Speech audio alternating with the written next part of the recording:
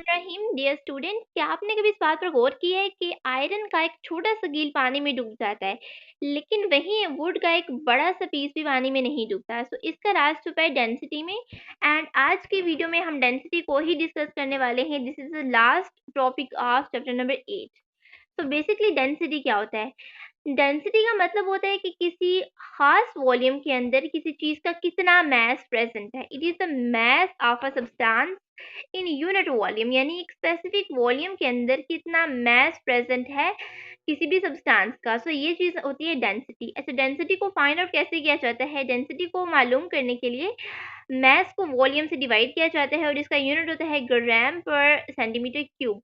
तो अगर दो चीज़ों का का साइज सेम हो, एक जैसा हो, तो जिस चीज़ का वेट ज़्यादा होगा ना, मास ज़्यादा होगा, उसकी डेंसिटी ज़्यादा होगी। So density of elements generally increases from the top to bottom in a group.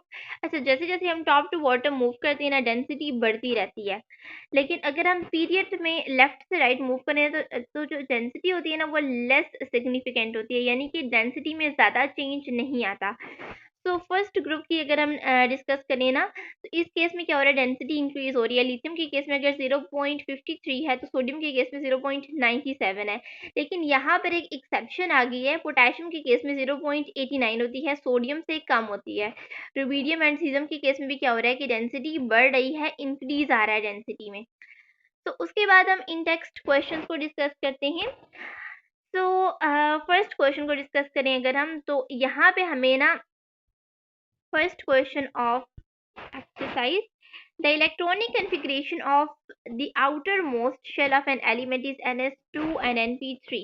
हमें ना यहाँ पर outermost shell की इलेक्ट्रॉनिक कन्फिग्रेशन दी गई है। अब हमें बताना है कि पीरियड नंबर क्या है, ग्रुप नंबर क्या है, एंड ये किस ब्लॉक से बिलोंग करता है ये वाला एलिमेंट।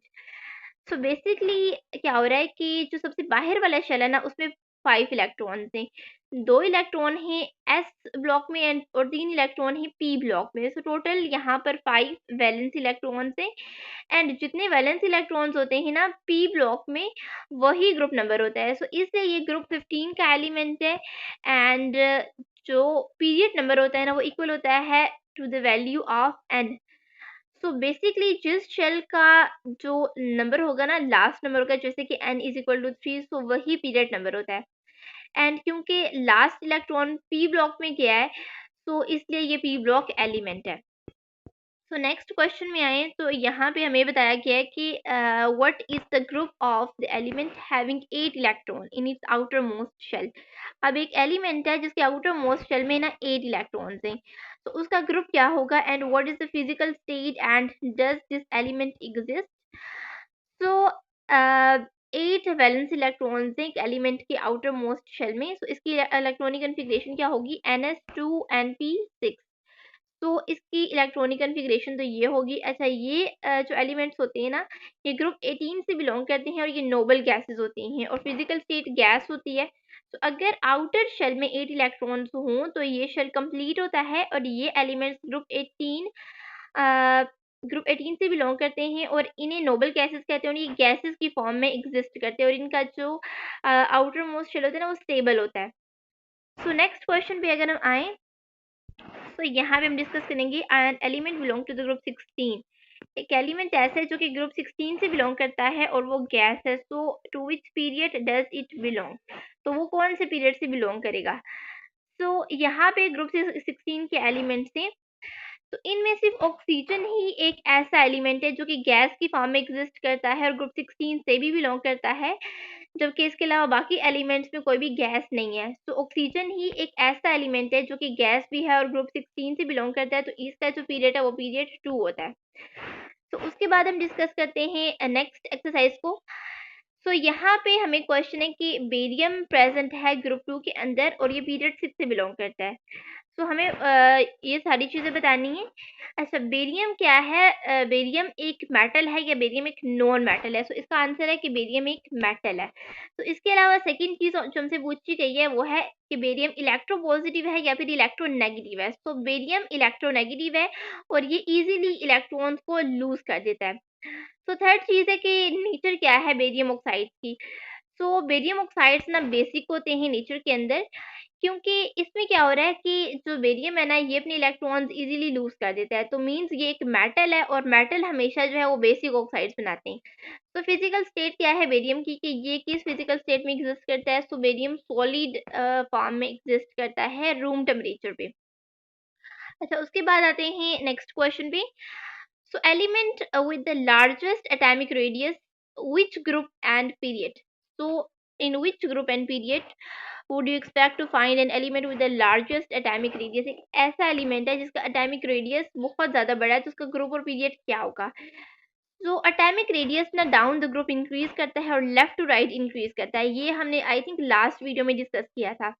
सो एटॉमिक साइज जो है ना, वो जैसे जैसे हम नीचे आते हैं ना, डाउन द ग्रुप आते हैं, तो वो बढ़ता है।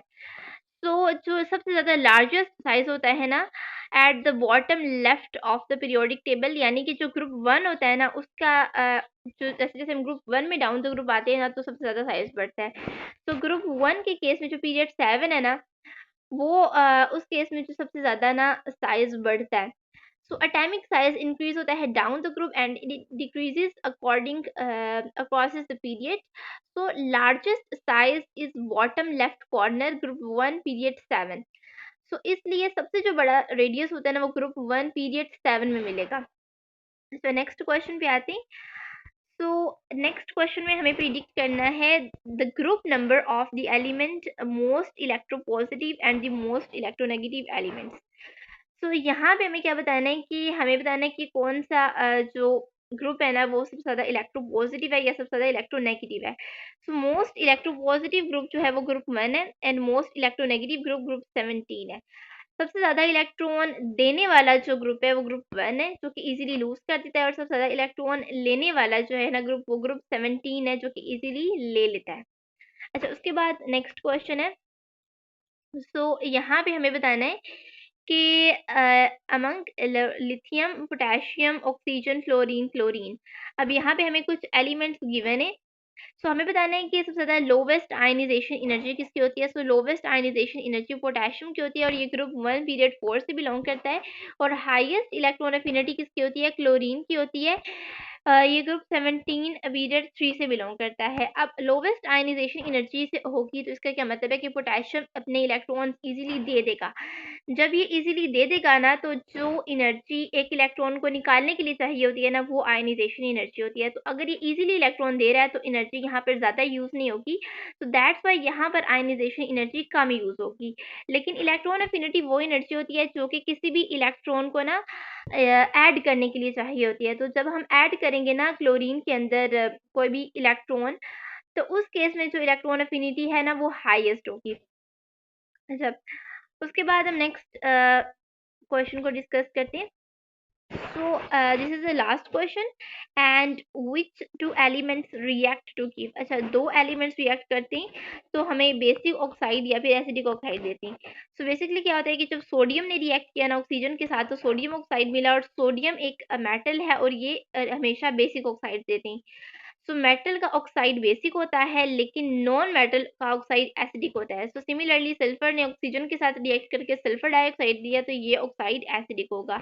तो डियर स्टूडेंट्स, यहीं तक था आज का लेक्चर। अगर आपको आज की वीडियो में कुछ भी समझना है तो आप पूछ सकते हैं, और अगर आपने अभी तक पैशनेट ब्रेन्स को सब्सक्राइब नहीं किया तो जल्दी से कर लें, अपने दोस्तों के साथ शेयर करें। अपनी दुआओं में याद रखिएगा। मिलते हैं नेक्स्ट वीडियो में, तब तक के लिए अल्लाह हाफिज़।